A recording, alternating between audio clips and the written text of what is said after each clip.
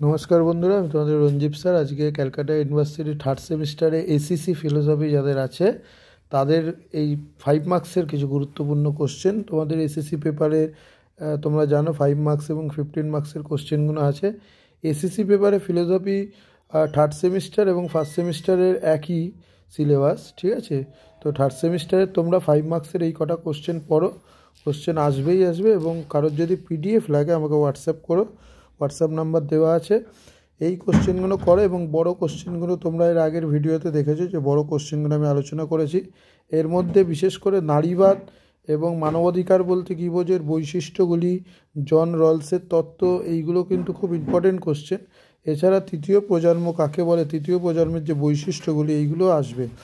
5 মার্কসের কোশ্চেনগুলো করলে তোমাদের 15 মার্কসের কিছু কোশ্চেন আছে, সেইগুলো র্যাডিক্যাল নারীবাদ কী আর বৈশিষ্ট্য কী, এইগুলো কিন্তু হয়ে যাবে। কারোর যদি কোনো অসুবিধা হয় সে আমাকে হোয়াটসঅ্যাপ করো, হোয়াটসঅ্যাপ নাম্বারে।